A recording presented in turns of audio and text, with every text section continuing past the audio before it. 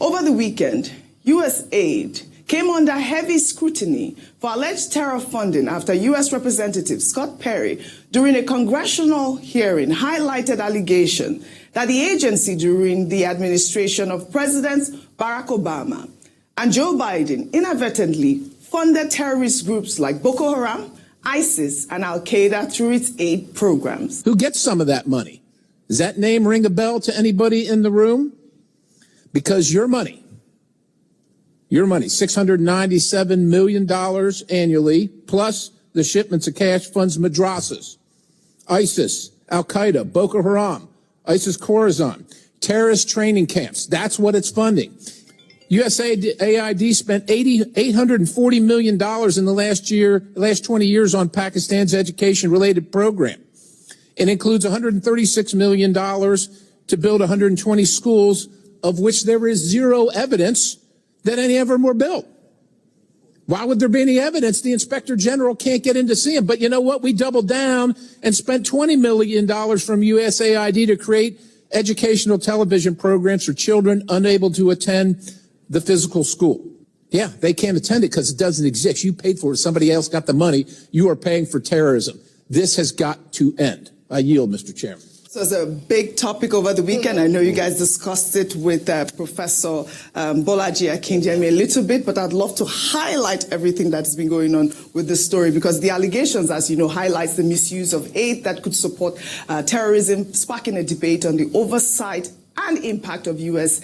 foreign aid. Well, let's take this tweet from David Houdain, who actually blew the whistle in the first place. David Houdain wrote to Elon Musk. He wrote, "Hi, Elon Musk. Here are some cut and dried cases of U.S. aid in Nigeria, corruption and money laundering you may want to look into. On January 16, 2025, just 4 days before Donald Trump's inauguration, U.S. aid made a $3.3 million payment to a vendor in Nigeria called Dye Global LLC. I looked into the payment history and saw that between August 2020 and January 2025, at least $48 million of U.S. taxpayers' money supposedly invested in Nigeria went to Dye Global LLC, registered in Bethesda, Maryland. So I looked into Dye Global's activities in Nigeria, and it turns out to be a run-of-the-mill climate NGO, which organizes meetings and seminars and stages photos with politicians and little else. Yet nearly all of its payments from U.S. aid in Nigeria are labeled all other professional, scientific, and technical services. I mean, since Donald Trump's inauguration on January 20th, at least $799,000 of U.S. taxpayers' money has been paid by U.S. aid to recipients in Nigeria, marked undisclosed or miscellaneous. At least $446,000 of these undisclosed recipients in Nigeria were sent across 8 payments between January 29th and January 30th. Meanwhile, you will remember that U.S. President ordered U.S. aid to halt all payments on January 28th. U.S. aid Nigeria disobeyed a direct instruction from the U.S. President and spent the next 24 hours after the instruction frivolously shelling out $500,000 of U.S. taxpayers' money to recipients in Nigeria marked undisclosed. I'll leave the implications of this to you.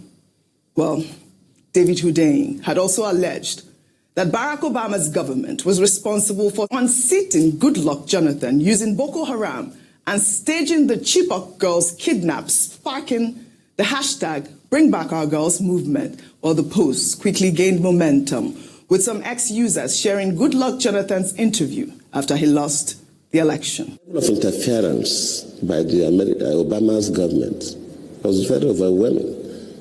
It's not as if I couldn't have won the election even with that. But if, by my own thinking, and also the way some other people look at it, they go outside the normal diplomatic relationship, then it should be mentioned. Sending that person to Nigeria at the eve of election, after Obama even issued a statement directing Nigerians to vote for the next chapter, that tells you something. And we should not sweep these things under the carpet. If if a foreign country, whether African country or even America or any other country, interferes with our own elections, we should mention it. Professor Killer, I was hearing you cracking up when Jonathan was saying that tells you something. Rufai on fire. Please unpack these details. I couldn't hear the entire interview. Oh, you didn't hear the interview? Okay, no problem. But that's Jonathan Page when he was explaining it. He really said I was overwhelmed. He said that Obama had undue influence on his election. On the election. Even before the announcement, he had said, let's vote for another chapter. Yeah, for another chapter. So just Obama's influence. Number one thing. Yes. Where is facts? The first story you brought forward, yes, David showed facts correct. Of an undisclosed listed them and facts. Had pictures, that's images, just like the everything. facts I'm asking for. That where was the line item of a company related to Boko Haram and all of that? That's just all I'm asking for. Okay, I and somebody were having a conversation while this was going on as regards these facts and documents, and we're having a conversation as regards when was the atrocities in Congo first revealed.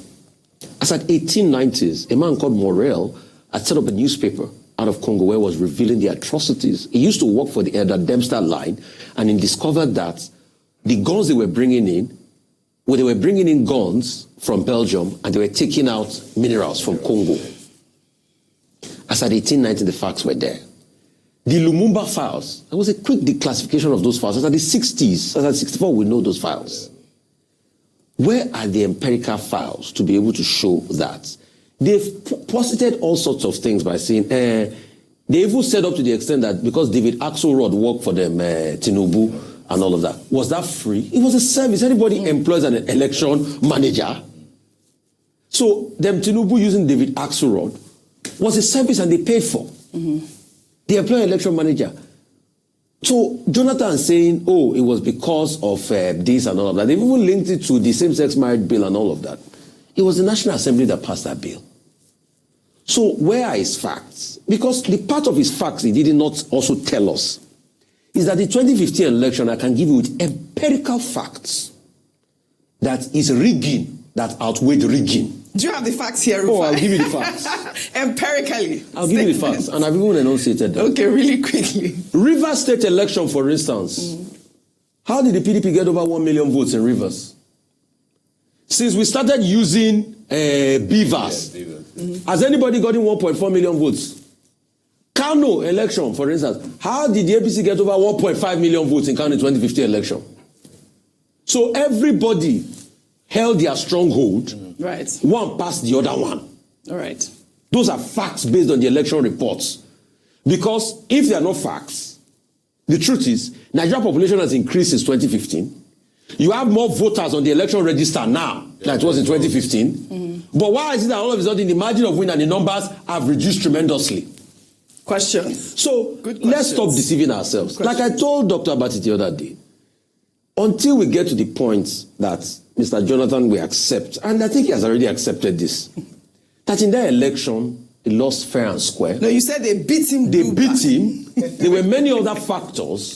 That's what Rufai said. If he says, okay, there was this American dynamics, if he can give me a copious report on it and how the role America played and how they... I mean, I will take it. All right. But till then, it's in the realm of allegation and speculation. All right. There was a huge argument earlier when I came in the studio, and I would like your quick comments on that argument, whether or not the U.S. should provide facts or what the rep had said was to be taken. So the first thing I'll make... The first with a thing pinch of salt or not. The first thing I mentioned was that when a congressman, someone of that caliber, comes out to make allegations like that, then it carries weight more than just a man on the street who is saying that. The assumption is that for him to come out to say something like that, then he must have some kind of information that is not privy to the public as at yet. Mm-hmm. The second thing I said, and during this was during the interview with Professor Akinyemi, was that the Chief of Defense Staff himself had alluded to the fact that there must be some conspiracy with international non-governmental organizations who have trained Boko Haram, funded Boko Haram because of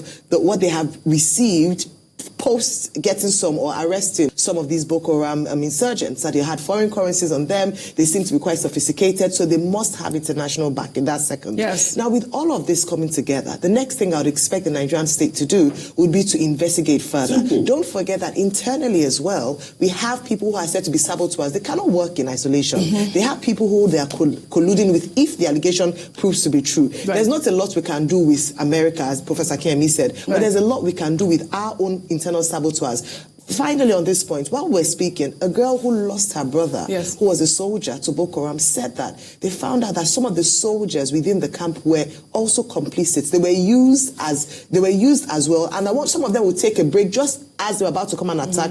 And on one of those occasions, when one of them was on Mars, they saw one of their fellow members. So a lot of things around this. Investigations is just that we just have financiers and all of that, and then this will end, but we never have an investigation. It just goes on. Speaking about investigation, internal saboteurs, and all of that, in another development.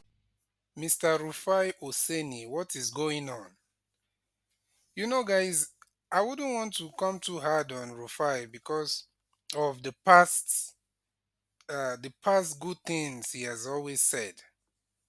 And that's why a lot of people respect him and love him, because of how he has always stood for the right opinions. He has always stood for the people. He has always said things that reflects what a lot of people are thinking. But you see this one today, let me say 95% of Rufai's submissions are always on point. This one is one of those that is shocking. This is shocking because you're asking someone like Rufai that understands the rigging and the corruption that is embedded in Nigerian politics, and also the INEC shortcomings and the frauds and their fake datas, fake projections, fake almost everything. And someone like Rufai is quoting INEC's figure as a fact for how allegedly Jonathan lost the election through those figures. Now he's saying that it is true that everybody held their own stronghold. Now, where did he get the fact that those are the stronghold? I mean, where did he get the fact that the figures that came out from those so-called stronghold reflected reflected the reality?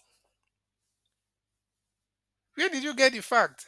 Or you just assume that because of Kano is in the north, then definitely the figure that they put out there that Jonathan got in Kano was exactly what it is?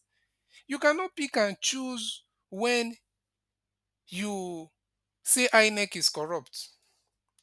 You can't pick and choose. And I don't understand this. It looks so strange because, to be honest with you, Rufai, sometimes when you hear of his takes on these foreign countries, especially when he's talking about America or something like that, he's always kind of skeptical of maybe the conservative or the people like Trump and all that. But now you don't become a hardliner in that place. You don't become like you must be there. Sometimes you have to just think beyond your perspectives. I mean, think beyond your own. How do they call it? You think beyond your views, your already predetermined views. Think beyond that. So now you're asking for proof and you're quoting INEX figure of people maintaining their stronghold. Who did not know, or who do not know what happened in 2015? Didn't you see um, the media campaign against the character and the performance and the government of Jonathan? Didn't were we not all witnesses to that? including people from the south were also used. People from even Jonathan's community were used. People from the south were used. Everything they did, there was a lot of rally, a lot of propaganda was sponsored against Jonathan. And a lot of people, some people believed some of the things that they were saying about him. And the man, that because of how much he values the life of his people, he decided not to engage violently with the people that are trying to take the government from him. He rather allow them to take it than for his people to be used as sacrificial lambs. And that is what a real leader does. You want to fight, fight, fight, fight, fight. But what about the people?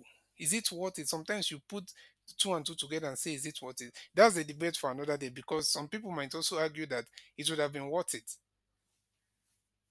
Some people will argue that would have been worth it. But imagine if you have, allegedly or presumptuously, imagine if you had like America then under Obama's government on your side and against you. So where will you go? The people that have the weapons, the most powerful nation in the world, what would you have done? Where would you go? How would you have survived? They can defeat you and rewrite the history and tell the world that this is what happened. They can call you the bad person, and a lot of people will believe it. So when Rufai is saying these things, it's so shocking. And I'm like I said before, I wouldn't want to go too hard on Rufai. But obviously, I totally, vehemently disagree with what he said here. But Rufai, because of the things he has done in the past, before now, we'll just give him the benefit of a doubt, because it's not just about criticizing Rufai. It's just that when he's saying that Jonathan should accept that he was beaten fair and square or something like that, it doesn't make any sense, because the figures that you're using to determine or to conclude that Jonathan was beaten fair and square is the same figures of INEC that you have been speaking against. So how does it make sense? So all of a sudden now we take INEC's figure as the truth. We take INEC figure as the truth.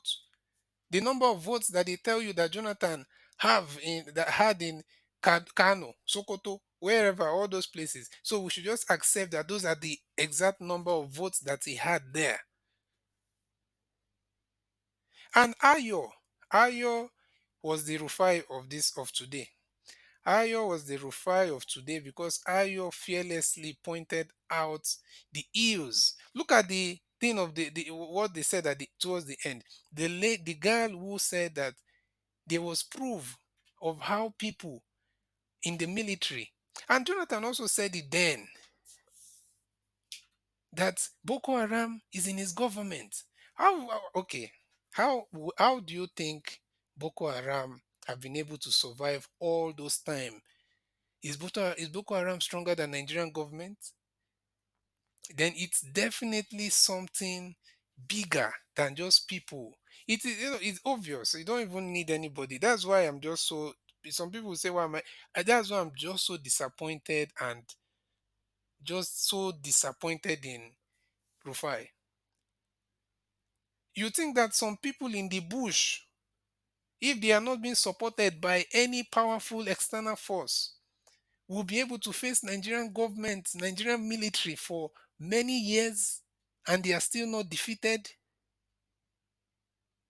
Then all this rehabilitation, that's what I'm asking. Is it all this rehabilitation? Is it money laundering? It's just a question. Is it a money laundering, money siphoning scheme? Because how are you trying to rehabilitate people that maybe the people that even engage them are part of the government, are in the government, allegedly?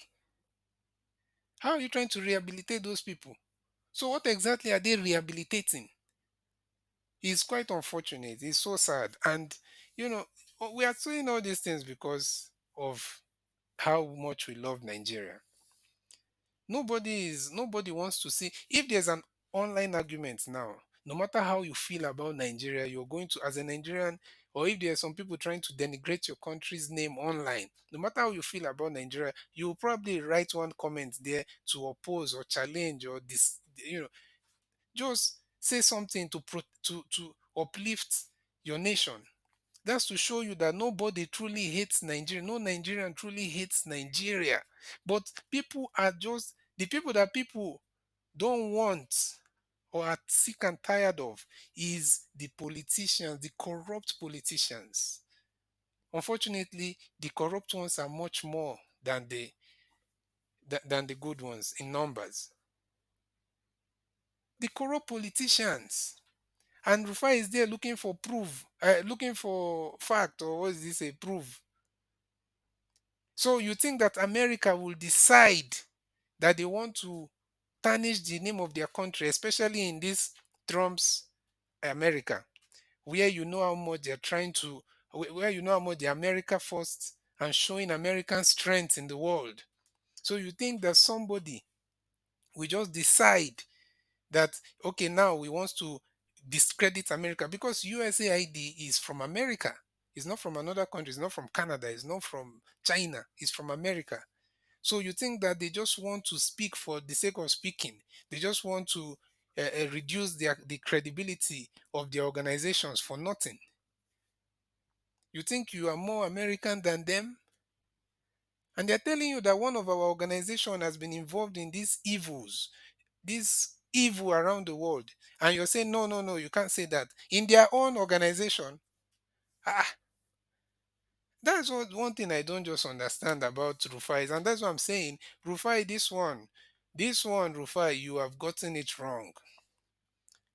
And I don't know what is your motivation, your inspiration, or whatever, Sean, that made you to come and give that kind of submission. But it is a disappointment. It doesn't mean we'll not listen to Rufai again because tomorrow he might say something and show up as the same Rufai that we know. But you see, this one, we must let Rufai know that this one, it is wrong. And if you continue in this line, then we can know that you are totally gone. But if totally gone in sense of giving the right contributions or giving the truthful, justifiable contributions online or on the news. So, guys, I don't just know what to say, but we don't. We are not saying that Rufai is a bad person now because of this. But this contribution was. This is view is bad. Everything he says there doesn't make sense to me. But we still respect him, and let us see if he's going to continue in this trajectory, which we are, God forbid. But if you continue in this trajectory, Rufai, then if, then. It means that something has happened to him. All right, guys. Please don't forget to drop a comment in the comment section. Tell us what you think. Subscribe if you haven't subscribed. And I will see you in the next one.